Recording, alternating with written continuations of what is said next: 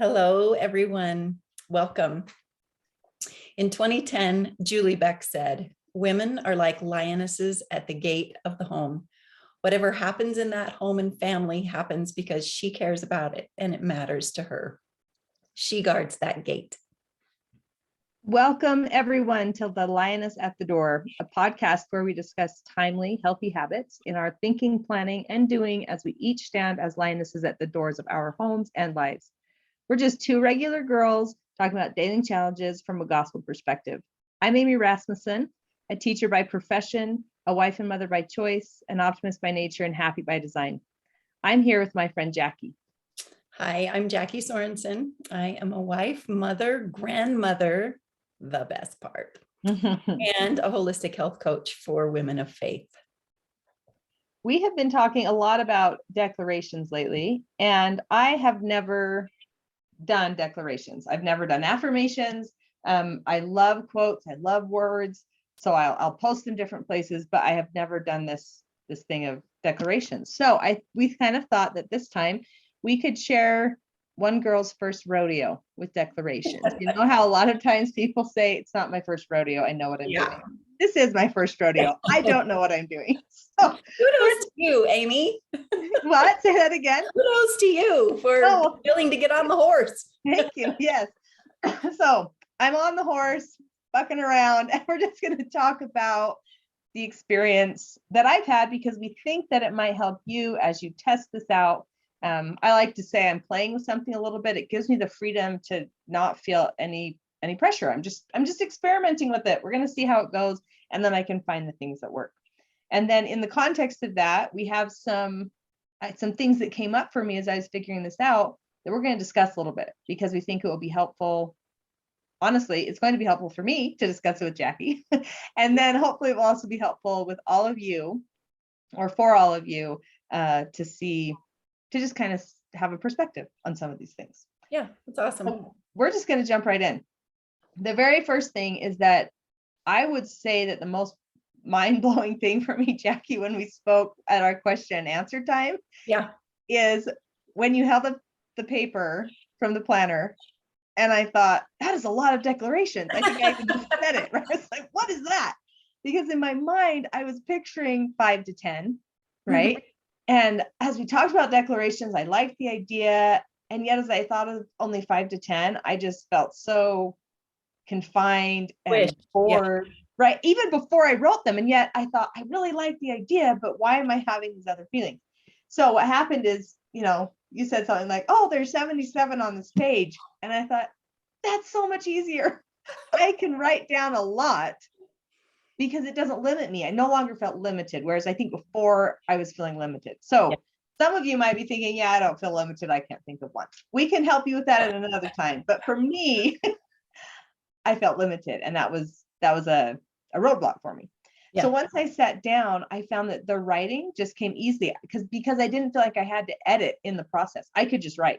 Mm-hmm. So I took quotes that I've gathered. I took things that I've read where I thought, oh, that's a good point. I want to think about that more. And I was just thinking, well, if I want to think about it more, let's turn it into a declaration because then I can be thinking about it more. So I found quotes. I found scriptures. Some things I just came up with because of notes that I'd made about, I want to work on this. I want to work on this. I want to work on this, right? Just kind of that ongoing list. But how do you work on it if it's not in your mind?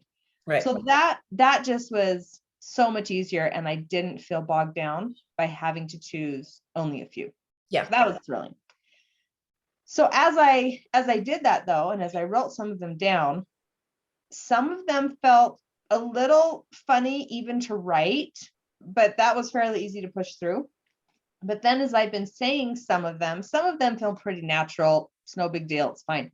But there are some where I say them, and really every time I say them, and it's been about a week.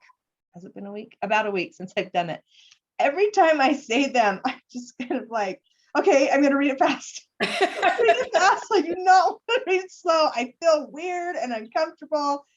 And I mean, this isn't one of mine, but I think that the one that people will say and joke with is, I'm good enough, I'm smart enough, and gosh darn it, people like me. Like, I would feel really dumb saying that to myself every day.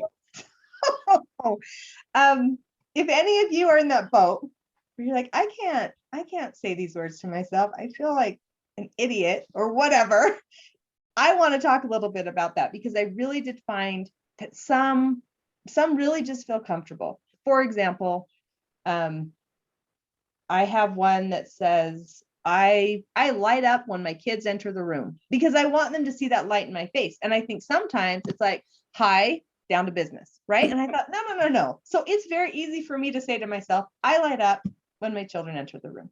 I love That it. one's easy. But others are super weird and awkward and uncomfortable. Thoughts on that, Jackie? Do you have? Yeah, well, first of all, I want to ask you, think of one that's awkward and uncomfortable, and then think about why you wrote it. Right, which is why I do, like, every time I take out those ones, I'm like, I know why I wrote this. Here we go. Okay. Like, I want to change. You wrote it. Yes. The reason you wrote it is because you're not comfortable with it now, but you want to be. Right. That's the point, right? Right. So feeling like maybe something's wrong or off because you're not now comfortable with it doesn't make sense. Right. Because you already know that, that's the whole point. The whole point is that you want to become comfortable. Mm-hmm. I remember years ago, the first declaration, well, I don't know if it was the first, one of the first really uncomfortable ones that I did. I was in a class and it was just challenging me to the end. I was really, really stretched. And one of the things that was given to us as an assignment was to, I think it was like 50 times a day, say, I like myself, I love myself, I like myself, I love myself, I like myself, I love myself. And the way that I was feeling at that time in this, really, really stretched, did not feel enough, did not feel capable of what I was trying to do. It just felt like, like this. It's so cringy. It just, Yes, I love that word for this, what we're talking about. And kids will say, it's so cringy. This is cringy. Oh, right? I'm sorry. I must be living under a rock. I didn't know that was a word. Oh, it's all right. That's a thing. I don't have teenagers in my house anymore. Yeah. So yeah, cringy, it's perfect. So I guess that's the first point, is that you've set yourself up to learn something, which almost always includes feeling awkward. Yes. If I'm learning taking a class on public speaking, chances are I'm going to sweat, because if I'm taking a class, it means I want to learn more. I want to be more comfortable with doing that than I am now. But the path between here and there is discomfort. Right. So, we have to embrace that part. This feels really weird coming out of my mouth. It feels disingenuous. And of course it feels disingenuous because you're not there yet. Right. Right. So yeah, it can be a cringy process. And it's kind of like everything else. You have to accept the fact that is the process. I am going to make these words come out of my mouth. I'm choosing to, for my own good. Yep. I get myself ready in the morning and go to this class where I'm learning something that I'm really uncomfortable doing because I chose to put myself in discomfort. That's the point. Right. And I just talked to a friend this morning about this in relation to children and youth, this idea that there is no growth if you don't step into discomfort. There really is no growth. So that makes a lot of sense. Yeah. But we tend to use discomfort as this red flag of something's wrong. And sometimes that's true. Right. Sometimes discomfort or pain is telling us, whoa, hang on, back up. But oftentimes just the knowing that it's part of the process, that discomfort and feeling a little bit out of my element, that I chose it on purpose because I want to move forward. For whatever reason, eventually saying I like myself and I love myself became so rich and warm and true. But it took doing it when it didn't feel congruent with how I felt. I'm realizing that especially if I have several in a row, and maybe I could even bundle those ones that feel the most cringy, then before I go into them, I can have one that says, I am saying these declarations because this is something I want to change, right? Like, yes. I can just use that. Remind yourself. Yeah, I'm stepping into discomfort on purpose because I learn and grow. Yeah. I'm going to just make a note while you say your next thought. I'm hoping you have a next thought so I can make a note. Well, when you said you have thoughts and quotes and things and you want to turn it into a declaration, I thought maybe it would be good to do a little demonstration because we've talked about this before, but it bears repeating. But also for those who may not have heard an earlier episode, I found a scripture this morning that I want to use as an example of how do you take something and turn it into a declaration, which is, by the way, as a reminder, a positive present tense statement. That is a tool. It's something you craft for yourself, a tool to train your mind as a go-to thought and a belief that you want to grow in you. So here's the scripture. It's in the Book of Mormon, another testament of Jesus Christ. And it is in 1 Nephi chapter 17 and verse 13. Okay. And this is what it says. And I will also be your light in the wilderness, and I will prepare the way before you, if it so be that ye shall keep my commandments.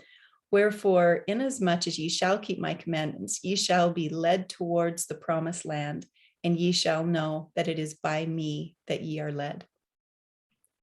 When I read that this morning, I thought there are so many beautiful, powerful declarations in there, so much truth that applies to me.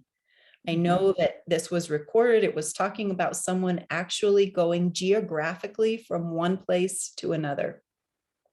And they labeled that destination the promised land, or the place God has promised us where our blessings are, right? Well, there are places in my life where the blessings are. And they usually, just like we talked about, they usually require me moving from where I am now to where I want to be, to those promised blessings. So the concept of the promised land, I love so much.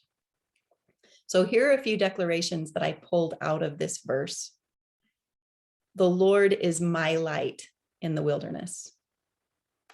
That's a declaration. It's present tense. It's about me. It's happening right now. And it's so positive. It doesn't get more positive, right, than this. Right. The Lord. And could you even put my wilderness? Yes, in my wilderness. And not that you would need to, but like as you're reading it, I thought, end up saying my wilderness really reminds me, my wilderness is different than your wilderness is different than the wilderness in that case. That's really, really true. That's a great point. Here's another one. He is preparing the way before me. Or, if you didn't say these in a row, you might want to say the Lord is preparing the way before me. I am keeping his commandments, and he is leading me toward my promised land. I know that it is by him that I am led. So even though this was given, this verse was written not in first person and not in present tense, you can see that each sentence, there is something in there to pull out that you can then not twist, but craft it to be in those parameters, right? It's happening now. It's positive, and it is a guide to my mind. After you've been doing declarations for a long time, and Amy, I hope we have this conversation in a year. Right. Yeah. Because after you've been doing them for a while, when you are just, your mind is in kind of a floating moment. I mean, for us women, that doesn't happen very often, right? Usually. Yeah. Lots to do. We're going. But what you'll find is that in the moments of pause, or maybe when something's challenging you, you will find these sentences come to you, like they come to your aid. It's like you put them in there, like money in the bank. Mm-hmm. And when you need it, it's there. Well, and that's already happening. Good. It's very interesting. And a part of it may just be that words, I'm all about words, right? And so it's already happening. And a really easy example I can give you is I talked about sleep in one of our past episodes, yes, and how it could be used, how these could be used for something as mundane as sleep. Mm-hmm. And although I've liked the quote, sleep is the best meditation, from the Dalai Lama, I changed that to sleep is my best meditation. And as I'm like lying down, it's just there in my brain. Sleep is my best meditation, right? So it's just there. Yeah, and it's easy. I don't have to drum it up or wake my brain up to think about it. It just passes through on the thought train. So good. Yeah. That's awesome. So what else have you experienced this week? All right. So another interesting thing for me to discover is that, you know, you had said you post them in your bathroom cabinet, you do them when you're stretching. And one thing that was very apparent to me for my personality is I don't really want to post these anywhere where anyone can read them. Now I'm sharing some with whoever happens to listen to this. So obviously, you know, sleep is my best meditation. Do I really care if anyone reads that? I guess on the one hand, no. On the other hand, I just feel like I don't want these posted where people can just read them. But then there are some that I can identify as like, I feel like this is really personal. Yeah. Whereas it's really personal because if it's dealing with the relationship with someone who's in my own home, who would read that and then be like, why does she have to say that to herself? Right? Does that mean something's wrong? Anyway, I mean, so it could create that, or they're just personal to me. So I'm guessing that although we have different levels of feeling like we just want it out there, each person's going to be a little bit different. There may be some ideas of how to work with that. And of course, I've just put them other places, which is fine for me that I have them those other places. But I wondered if you had some thoughts on people who might want to post them, but also feel a little bit of that. This is kind of personal to post. Yeah. Well, mind you, they're on the inside of my cabinet. Right. Not right. The outside of my cabinet. They're not in the main bathroom for visitors. Right. Yeah. Right. Yeah, those are all really good questions. I have known some of my clients have kept their declarations in their binder, in their Lioness binder. And when they pull it out, when they're doing their study, they read them then. Some people are totally fine and put them on the refrigerator. Right. One thing that is really powerful for me and has been for other people is to actually put them on your person, like put it in your pocket. Right.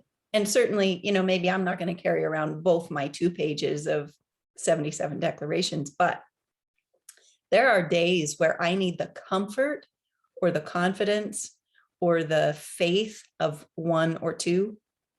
And I literally will write it on a sticky note and put it in my pocket. And I don't know if there's any great magic about that, except that I think that my brain logs it. And I'm reminded, whether I'm conscious of it or not, I'm reminded of the words that are on me, on my person. I'm sure somebody might comment on that and say, well, it's because of this. Right. You know, but for whatever, whether it's because of that or not, for whatever reason, it's a powerful thing to do. Right. Just the act of writing it down and choosing to have it with me. It's kind of like me saying, Heavenly Father, I choose you. I choose faith. I choose to be in faith today. And maybe I didn't feel like that when I got up in the morning, Right. maybe there were 10 challenges in my face and I was grappling with, and I should just say that was today. This morning, I felt that way. This morning in my prayers were tearful today. Just, I need you. I need a different perspective. I need new words and a new story about this challenge in my life. And I know that you can help me.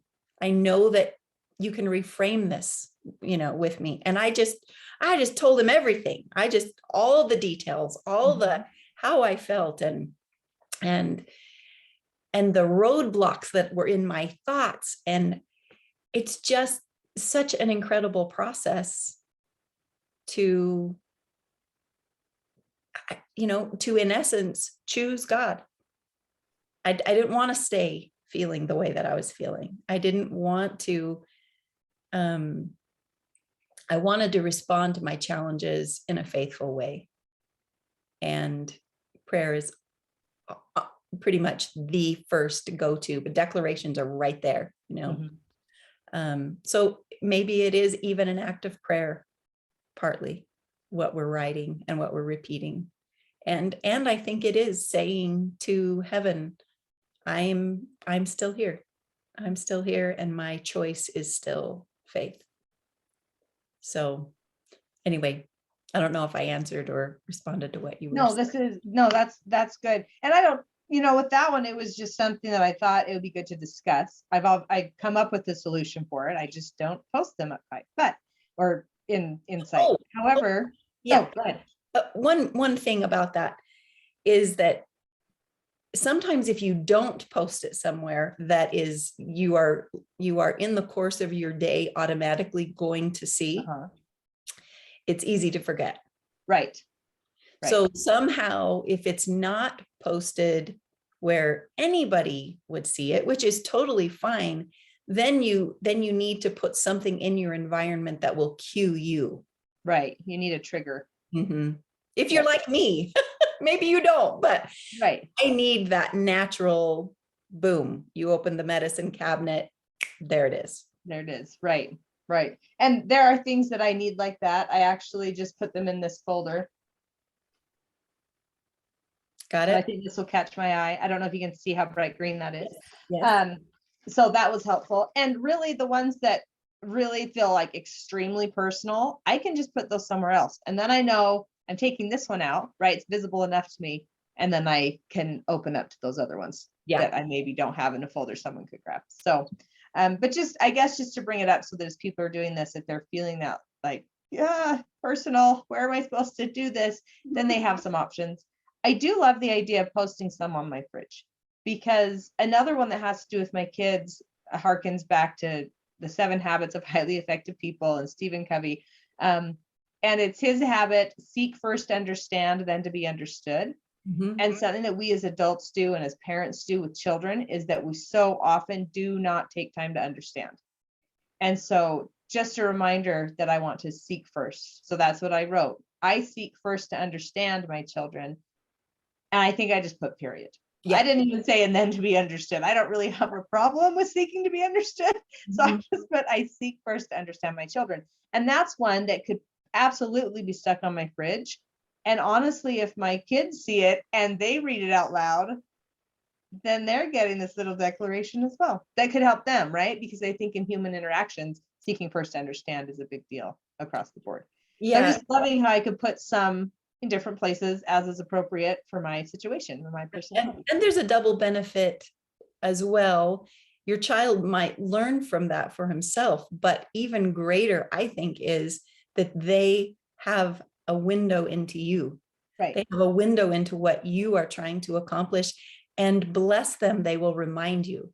Right, they will. Mom, you're not seeking to understand me first. Can you just listen? It's great. It's wonderful. We need all the help we can get. Right. Yeah. The other thing that I have seen happen with clients sometimes, I remember one sweet little girl saying to her mom when she was watching her doing her declarations and said, "Mom, I want some. Will you help me? Will you help me write them? I want to do this woman thing that you're doing every day, you know. That was music to me. That was a beautiful moment. And I thought, oh, sorry, you finished. She got her list. Yes, yes. Yep. And I've thought about some of these being really helpful for my kids, and just trying to think about, like, I have 3 boys, right? So they're not going to do the girl thing, but it doesn't mean that boys and men can't benefit. They need to do it in their own way. So I've been thinking about how to introduce it or how to model it or whatever, so that if they are intrigued, then they can do it. Right. I do think it's interesting that we already do this. In the Church of Jesus Christ of Latter-day Saints, we have the youth say something on a weekly basis. And it's all in the first person, and it's all positive. Yep. So, you know, I am a beloved son of God, and he has a work for me to do. So just that one sentence makes a big difference. So, and for the girls, I am a daughter of heavenly parents who love me, right? For both of them, it's the most important thing first, the identity and the love. Yes. And if anyone watching doesn't want to go to the trouble, or doesn't have the bandwidth, or doesn't whatever to write out a bunch of declarations, pick that one. Yeah, just say that one, and that will change your life. Just that one. Yeah. Yes, absolutely. Well, I think that gives a little bit of insight into one girl's first exploration, first foray into declarations. So hopefully for those of you who are having your own individual experience, that helps you a little bit as you come up against whatever roadblocks you do. We'd love to hear about roadblocks if you're willing to share them, so that we can discuss them. We can see maybe, oh, that's actually been a roadblock for me, and I didn't even realize that was what was getting in my way. Yeah. So please share with us. As always, you can comment below the video on YouTube. If you'd prefer a less public forum, you can email us at jackie.sorensen@gmail.com. You can also comment on our posts on Facebook when we put this video up, and you can probably, most of you can private message us via Facebook as well, because I know some of these things you might not want to blast out to the world. So, but just communicate however you'd like to with us. We'd love to hear your thoughts, your feedback, how these things have helped, or how you're kind of working to make this trial, I guess, work for you. This trial run, not a trial hardship. Yeah. And I think that's where we're going to leave you today. Good luck with trying out declarations. I'm Amy Rasmussen. And I'm Jackie Sorensen. Thank you so much for joining us. And as Gandhi said, though we've changed it to first person and tense, in a gentle way, I am shaking the world. You can say that too. So everybody, that's another one you can add. See you later. Have a great week.